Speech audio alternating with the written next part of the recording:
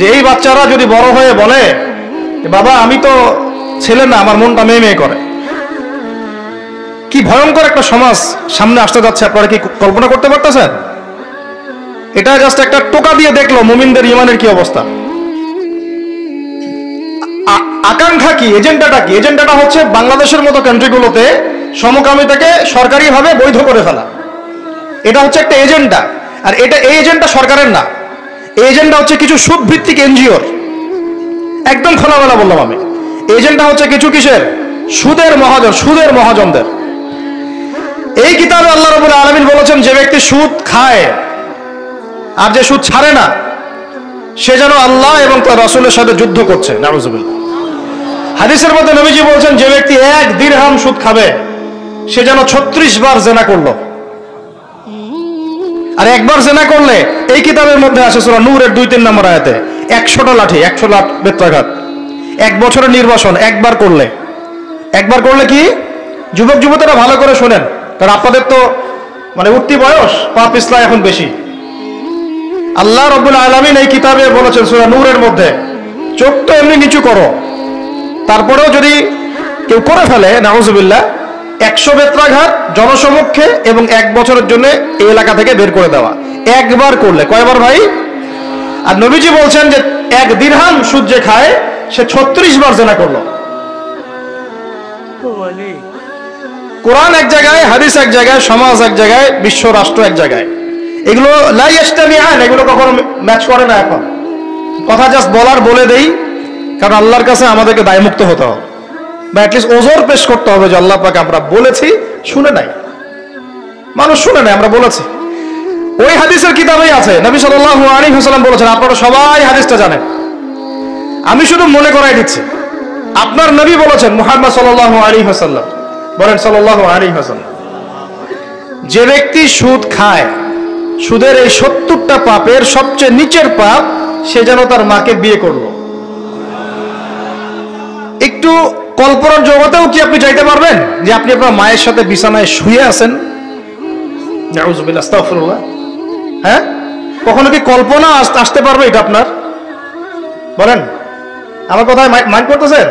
মানুষকে বুঝাইতে পারি না আমি, এটা আমাদের ব্যর্থতা, আমরা বুঝাইতে পারি না। কিভাবে বললে মানুষ বুঝবে এটা আমাদেরও বুঝে আসতেছে না। চিন্তার জগতে চোখ বন্ধ করে কি কল্পনা করতে পারবেন যে আপনি আপনার মায়ের সাথে নাউযুবিল্লাহ সেই কাজ করতেছেন যা আপনি আপনার স্ত্রীর সাথে করেন? পারবেন? আর নবীজি বলছেন, আপনার নবী, যে ব্যক্তি সুদ খায়, সুদের পাপের 70টা শাখা আছে, তার সবচেয়ে নিচের শাখাটাই হচ্ছে এইটা। নাউযুবিল্লাহ। আমরা এই 90% মুসলমানের দেশ না এটা এখন, এটা বরং এখন 50% মুনাফিকের দেশ। আর 90% মুসলমান নাই। মানুষ কাদিয়ানি হইতে হইতে, খ্রিস্টান হইতে হইতে এখন 80% নেমে আসছে মুসলমানের হার। আপনারা হয়তো জানেনও না, কারণ এখানকার এলাকার মানুষ তো আপনারা বুঝবেন না। পার্বত্য অঞ্চলে যান, বর্ডার এলাকাগুলোতে যান, উত্তর অঞ্চলে যান, দেখবেন বহু মানুষ ইসাই মুসলিম হইতেছে দিন দিন, বহু মানুষ কাদিয়ানি হইতেছে দিন দিন, বহু মানুষ ধর্ম ত্যাগ করে খ্রিস্টান হয়ে যাচ্ছে, গ্রামের পর গ্রাম। অবস্থা ভয়াবহ। এরপরে আমি চেষ্টা করব রমাদান মাসে জামাতে নামাজ পড়ার জন্য, যেটা আমরা অনেকে অনেক সময় করি না বা করতে পারি না। আল্লাহ পাক আমাদেরকে করার তৌফিক দান করেন। পাখি যেমন সন্ধ্যাবেলা বাসায় ফেরে, ঠিক এইভাবে রমাদান মাসে আমরা আল্লাহর কাছে ফিরবো ইনশাআল্লাহ। মানে সকালবেলা পাখি বের হয়, সারাদিন কাজকর্ম করে, সন্ধ্যাবেলায় কোথায় ফেরে? এই দৃশ্য আমরা সবাই দেখি। তো রমাদান মাস আসে, বছরে আমরা বিভিন্ন দিকে চলে গেছি। কে নামাজ আগে পড়তেন, এখন বেনামাজি হয়ে গেছে। কেউ রমজানে ভালো ছিলেন গত রমজানে, এখন আবার আস্তে আস্তে ইমানের হালত কমে গেছে, আমল কমে গেছে। রমাদান মাসটা আসে যাতে আমরা ওই পাখিদের মতো আবার আল্লাহর কাছে ফিরে আসি। তো এই 1 বছর আমরা এদিক ওদিকে চলে গেছি। তো রমাদান মাস এসেছে, আল্লাহর কাছে ফিরে আসার সময়। আল্লাহ পাক আমাদেরকে রমাদান মাসটাকে সর্বোচ্চভাবে কাজে লাগানোর তৌফিক দান করে দেন। দ্বিতীয় কথা হচ্ছে, রমাদান মাসের উদ্দেশ্য হচ্ছে তাকওয়া অর্জন করা। আপনারা যদি সূরা বাকারা পড়েন, প্রথম আয়াতটাই লেখা আছে, কুতিবা আলাইকুমুস সিয়াম কামা কুতিবা আলাল লাযিনা মিন ক্বাবলিকুম লাআল্লাকুম তাত্তাকুন। লাআল্লাকুম তাত্তাকুন মানে রমাদানের সওমটা তোমাদের উপর ফরজ করা হয়েছে, ঠিক পূর্ববর্তী উম্মতের উপরেও ফরজ করা হয়েছিল, তোমাদের উপর নতুন নয়। যাতে করে তোমরা তাকওয়া অর্জন করতে পারো বা তাকওয়া অবলম্বন করতে পারো। তো এটার ব্যাখ্যা এর আগের লেকচারগুলো আমি বলেছি। এমনিতে রোজা রেখে আমরা কিন্তু কিছু খাই না, পান করি না। চুপ করে খেতে পারি, খাই না। চুপ করে পানি পান করতে পারি, করি না। করি না কেন? কারণ আমি ফিল করি বা আমরা উপলব্ধি করি যে আল্লাহ পাক আমাকে দেখছেন। কেউ না দেখলেও আল্লাহ আমাকে, এই উপলব্ধিটাই হচ্ছে আপনার আল্লাহ কনসিয়াসনেস বা তাকওয়ার একটা মানদণ্ড। যেটা আমরা হালাল ছেড়ে দিচ্ছি, খাবার হালাল ছিল ছেড়ে দিলাম, পানীয় হালাল ছিল ছেড়ে দিলাম, স্ত্রী সহবাস হালাল ছিল ছেড়ে দিলাম, শুধু আল্লাহর সন্তুষ্টির জন্য, রেজামন্দির জন্য যে আল্লাহ পাক আমাকে দেখছেন, এটা করা যাবে না। কারণ আমি এখন সায়েম, রোজা আছে। এই যে চেতনাটা, এই চেতনাটা যদি আমাদের জীবনের অন্যান্য ক্ষেত্রগুলোতেও বাস্তবায়ন করা যায়, তাহলেই লাআল্লাকুম তাত্তাকুন এর হক আদায় হবে ইনশাআল্লাহ। ঠিক ওই চেতনা লাগবে আমার শিক্ষাক্ষেত্রেও। শিক্ষাক্ষেত্রে এমন কোন শিক্ষা আমি অর্জন করতে পারবো না যেটা আল্লাহর বিরোধী, রাসূলের বিরোধী। কোন শরীফ থেকে শরীফা চলবে না এখানে। কথা বোঝা যাচ্ছে কি? লাআল্লাকুম তাত্তাকুন এর একটু ব্যাখ্যা বুঝি। কেন খাই না? কেন? আল্লাহ দেখছেন। কেন পানি পান করি না? এটা ফিল করি তো। কেন স্ত্রী সহবাস করলাম না? আল্লাহ না করেছেন, রোজা ভেঙে যাবে। 3টা হালাল ছিল না হারাম? হালালই ছেড়ে দিলাম।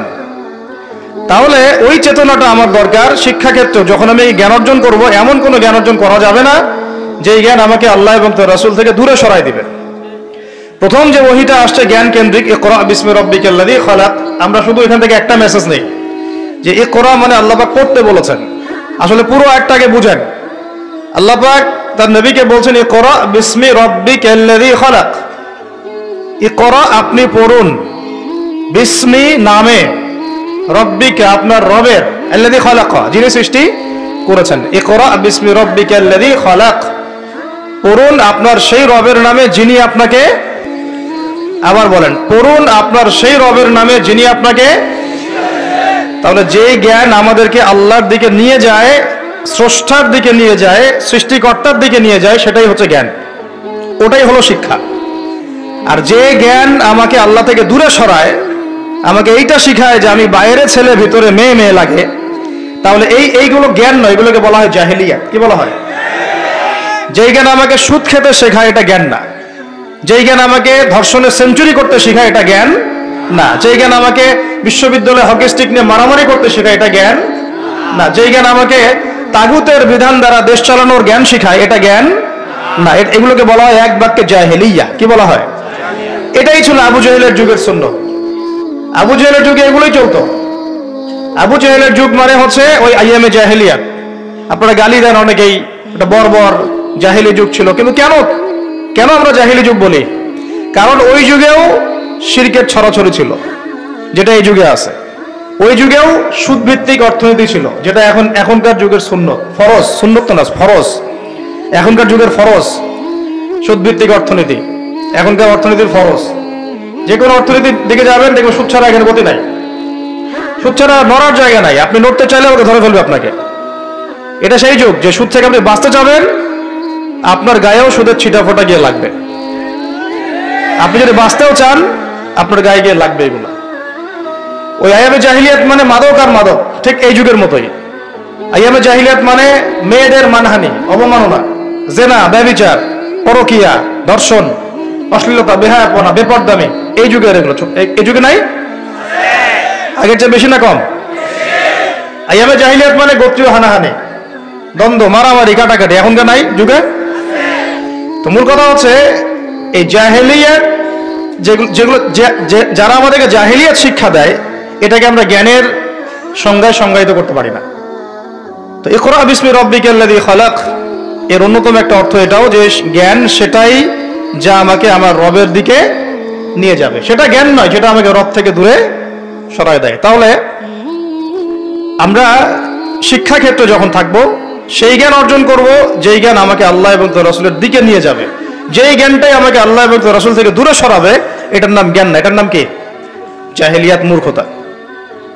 এখন এখানে অনেক কথা, সব কথা মাহফিলে বলা যায় না, লম্বা করা যায় না। মূল কথাটা কি দেখেন, আমরাও স্কুল পড়েছি, কলেজ পড়েছি, বিশ্ববিদ্যালয় পড়েছি, মাদ্রাসা পড়ছি, এখন আমরা তালেবে ইলম। এখন কথা হচ্ছে আমরা শরৎচন্দ্র, বঙ্কিমচন্দ্র সব পড়ে ফেলছি। ইংরেজি পড়ে শেষ করে ফেলছি, ফিজিক্স, কেমিস্ট্রি, বায়োলজি পড়ে শেষ করছি, ঠিক আছে, আমরা জিওপলিটিক্স, অর্থনীতি সব পড়ে শেষ করছি। এগুলো আমাদের সিলেবাসে ছিল তাই পড়েছি। কেন পড়েছি? কারণ সিলেবাসে ছিল। না পড়লে কি হবে? পরীক্ষা দিতে পারবো না। পরীক্ষা দিতে না পারলে কি হবে? সার্টিফিকেট আসবে না। সার্টিফিকেট না আসলে চাকরি হবে না। চাকরি না হলে বিয়ে শাদী হবে না। বিয়ে শাদী না হইলে জীবনটা বরবাদ।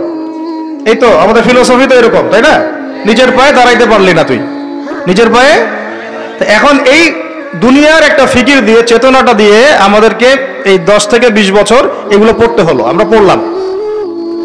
এখন যদি সিলেবাসের মধ্যে থাকতো নবীর জীবনী সাল্লাল্লাহু আলাইহি ওয়াসাল্লাম, যদি থাকতো কোরআনের তেলাওয়াত, থাকতো আরবি ভাষা, থাকতো কোরআনের তর্জমা, থাকতো নবী সাল্লাল্লাহু আলাইহি ওয়াসাল্লামের অন্তত 1000 হাদিস, অন্তত 1000 হাদিস, থাকতো ইসলামের কিছু ইতিহাস, থাকতো ইসলামী অর্থনীতির কিছু ভিত্তি, থাকতো আকীদা, উসুল এবং ফিকহ। এবং এগুলো না পড়লে আমি পাস করতে পারতাম না, পাস না করলে আমার চাকরি হতো না, চাকরি না হলে আমার নিজের পায়ে আমি দাঁড়াতে পারতাম না। তাহলে 16 কোটি মানুষ এগুলো শিখতো না? শিখতো না? বুঝাতে পারতেছি? শিক্ষানীতির মূল সমস্যা এখানে। এখানে ইসলাম বিবর্জিত একটা শিক্ষা ব্যবস্থা চালু করা হয়েছে। আর কিছু আইওয়াস শোডাউন দেখিয়ে দেওয়া হয়েছে, কিছু কিছু টুকরা টুকরা ইসলাম দিয়ে দেওয়া হয়েছে। এগুলো তো থাকলোই। টুকরা টুকরা ইসলাম তো অনেক দূরের কথা। এই কোরআন রমাদান মাসে নিয়ে যদি আপনারা সবাই, আমরা সবাই মসজিদে কোরআনে বসে বসে এই কোরআন 30 দিনে 30 খতমও দেই, তবুও ইসরায়েলের কিছুই যায় আসে না। বুঝতে পারি না কথা। এই কোরআন নিয়ে যদি সবাই আমরা মসজিদের ভিতরে বসে থাকি, নামাজ পড়ি, তেলাওয়াত করি, তারাবি পড়ি, 30 দিনে 30 খতম দেই, ওই জালেমদের, ওই পশ্চিমাদের, ইসরায়েলের কিচ্ছু যায় আসে না। এমনকি আমাদের সমাজের অভ্যন্তরে যে কাফের, ফাসেক, মুশরিক, মুনাফিক আর মুরতাদরা আছে, ওদেরও কিছু যায় আসে না। কিন্তু কখন যায় আসবে? যদি এই কোরআনের একটা বিধান খালি বাস্তবায়ন করা যাইতো, তাহলে যায় আসতো। রমজানে একটা আওয়াজ যদি কেউ তোলে, রমজানে আমরা চাই, এই রমজানে আমরা চাই অন্তত অন্তত আল্লাহর কিতাবের অন্তত একটা বিধান সমাজে বাস্তবায়ন হোক। অন্তত একটা বিধান তো আছে এখানে শত শত। কত আছে? শত শত, হাজার হাজার, হাজার হাজার তো পারেন নাই, পারা যায় নাই, পারবেনও না, এটাও জানি। অন্তত একটা করেন।